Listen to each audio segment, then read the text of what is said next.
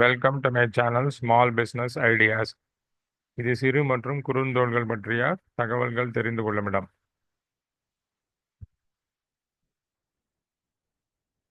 இந்த சேனலில் பார்த்தீங்கன்னா நம்ம சிறு தொழில்களை பற்றி வரிசையாக பார்த்துக்கிட்டு வரோம்.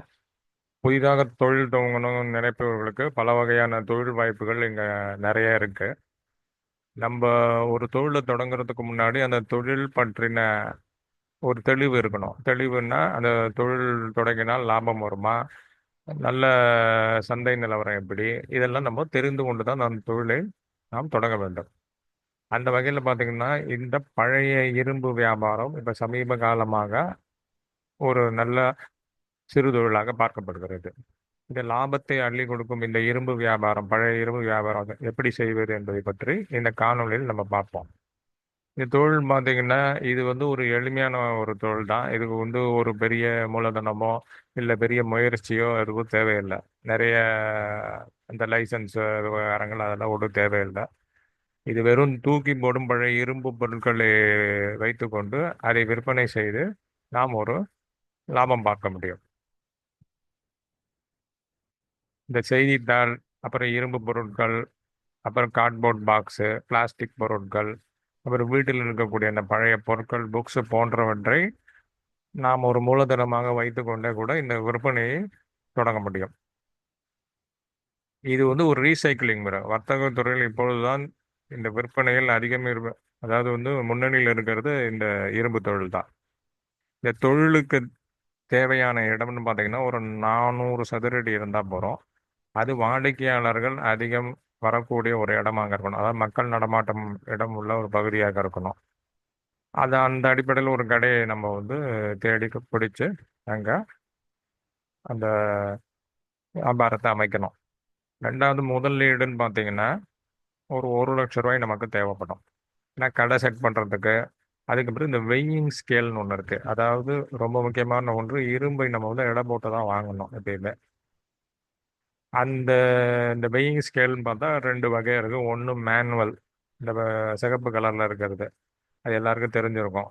அதிகப்படியான வெயிட்லாம் வந்ததுன்னா ஒரு 40 கிலோ 50 கிலோ இரும்பு அது மாதிரி வந்ததுன்னா அதில் நம்ம வெயிட் போட்டுக்கலாம். ஓரளவுக்கு 10 கிலோ 15 கிலோன்னா இந்த மாதிரி எலக்ட்ரானிக் வெயிங் ஸ்கேல் இருக்குது. இதில் நம்ம பயன்படுத்துங்க. இது மாதிரி ஒரு ஒரு வெயிங் ஸ்கேலோ 2 வெயிங் ஸ்கேலோ வாங்கி வச்சுக்கிறது நல்லது. ரெண்டாக இருந்தால் இன்னுமே நல்லது தான். அது ரெண்டுமே சேர்த்து ஒரு 15,000 ரூபாய் தான் ஆகும். IndiaMart.com வெப்சைட்டில் போனீங்கன்னா எங்கே கிடைக்குங்கிறது தெளிவாக சொல்லியிருக்காங்க. தேவையான பொருட்கள்னு பார்த்தீங்கன்னா ஹோல்சேலாகவோ அல்லது நம்ம ரீட்டைலாகவோ பெற்றுக்கொள்ளலாம்.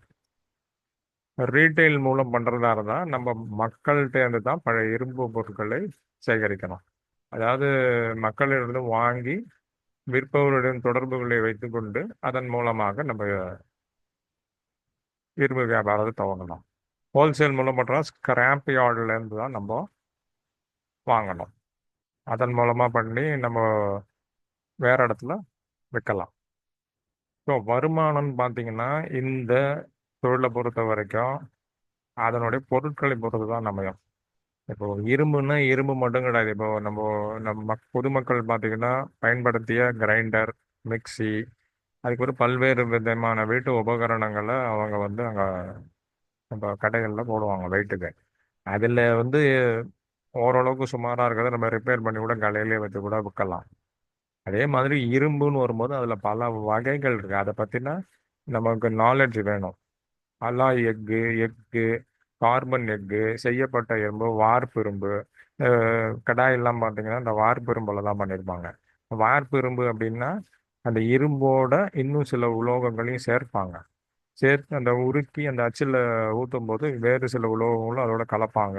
அதை வார்ப்பு இரும்பும்பாங்க. அந்த வார்ப்பு இரும்பில் செய்யப்பட்ட இந்த இழுப்பு செட்டிகள், கடாய்கள்லாம் பயன்படுத்தினா உடல் நலத்துக்கு நல்லதுமாங்க. ஏன்னா இரும்போட இன்னும் சில உலோகங்களும் அதில் கலந்துருக்கு.